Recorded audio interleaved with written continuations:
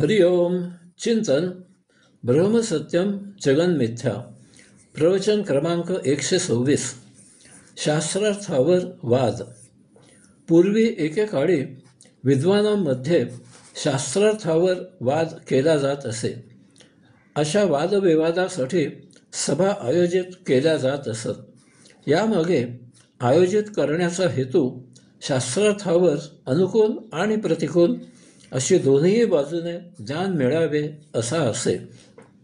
राजा जनकाला आत्मज्ञानाची ब्रह्मज्ञानाची मोठी जिज्ञासा होती. तो शास्त्रार्थावर वादविवादाच्या सभा भरवून थोर विद्वानांना मुद्दाम बोलवून ज्ञानार्जन करून घेत असे.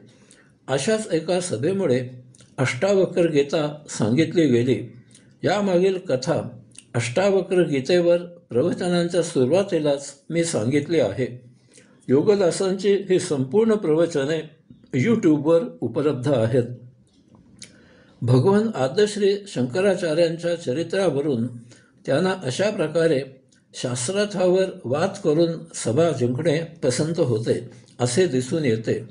यासंबंधी त्यांच्या चरित्रामध्ये स्पष्ट उल्लेख आहेत. स्वामी अपूर्वानंद यांनी भगवान आद्यश्री शंकराचार्यांचे चरित्र लिहिले आहे. त्या ग्रंथामध्ये त्यांनी आचार्यांच्या अशा वादविवाद सभांचा विस्तृत उल्लेख केला आहे. विजय यात्रा असे त्यात एक वेगळे प्रकरण लिहिले आहे. परंतु असे जरी असले तरी एक दिवस आचार्यांना एक निराळी व्यक्ती भेटली. आचार्य त्यांच्याजवळ शास्त्रार्थावर वाद करण्यासाठी गेले.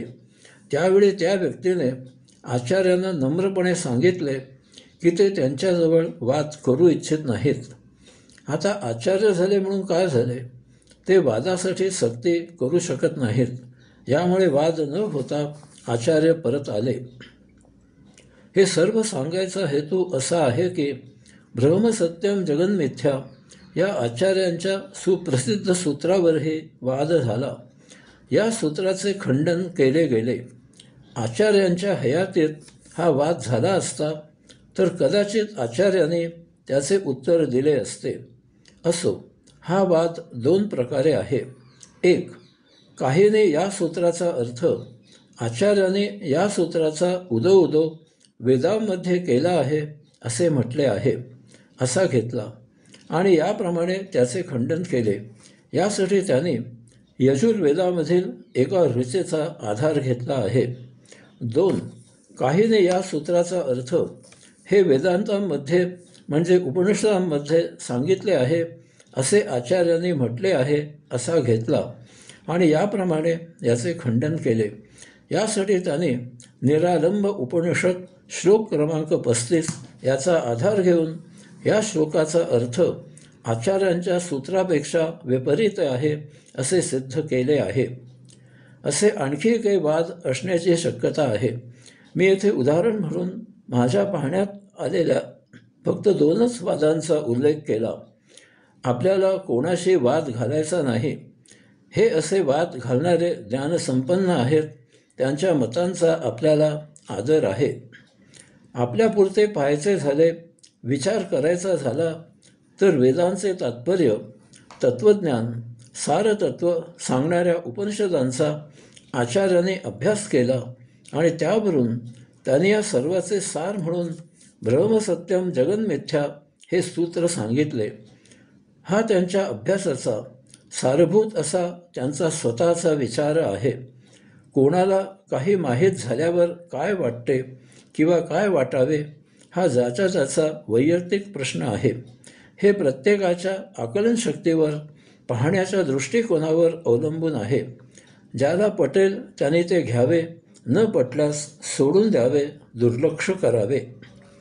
आतापर्यंत गेल्या 15 प्रवचनांमधून आपण एक गोष्ट निश्चित पाहिली की या सूत्रामधील ब्रह्मसत्यम हे आपल्या आध्यात्मिक जीवनासाठी उपयुक्त आहे आणि जगत मिथ्या हे आपल्या भौतिक आयुष्यासाठी उपयुक्त आहे. या दोहोची मिळून उपयुक्तता आपले संपूर्ण जगणे आनंदमय करणारे आहे, यथाकाळी मुक्ती प्राप्त करून देणारे आहे. आता राहिला प्रश्न आचार्यांच्या या सूत्राची शास्त्रार्थाने सत्यता, विश्वासार्हता तपासण्याचा. आपण वेदांचा अभ्यास केलेला नाही, परंतु आपण काही प्रमुख उपनिषदांचा अभ्यास केला आहे. यावरील योगदासांची प्रवचने यूट्यूबवर उपलब्ध आहेत. तसेच आपण भगवद्गीतेचा अभ्यास केला आहे आणि यावरील योगदासांचे सविस्तर प्रवचने यूट्यूबवर उपलब्ध आहेत. गीता हे सर्व उपनिषदांचे सार आहे. यामुळे जे निरनिराळ्या उपनिषदांमध्ये आहे ते सर्व गीतेमध्ये एकत्रित आहे. गीता पदोपदी आचार्यांच्या सूत्राला अनुकूलता दर्शविणारी आहे. यामुळे आचार्यांच्या सूत्राला गीतेचा निर्विवादपणे भक्कम आधार आहे. याचा अप्रत्यक्ष अर्थ असा आहे की उपनिषदांचाही आचार्यांच्या सूत्राला निर्विवादपणे चांगला आधार आहे. म्हणून याचा अप्रत्यक्ष अर्थ असाही आहे की वेदांचाही आचार्यांच्या सूत्राला निर्विवादपणे आधार आहे.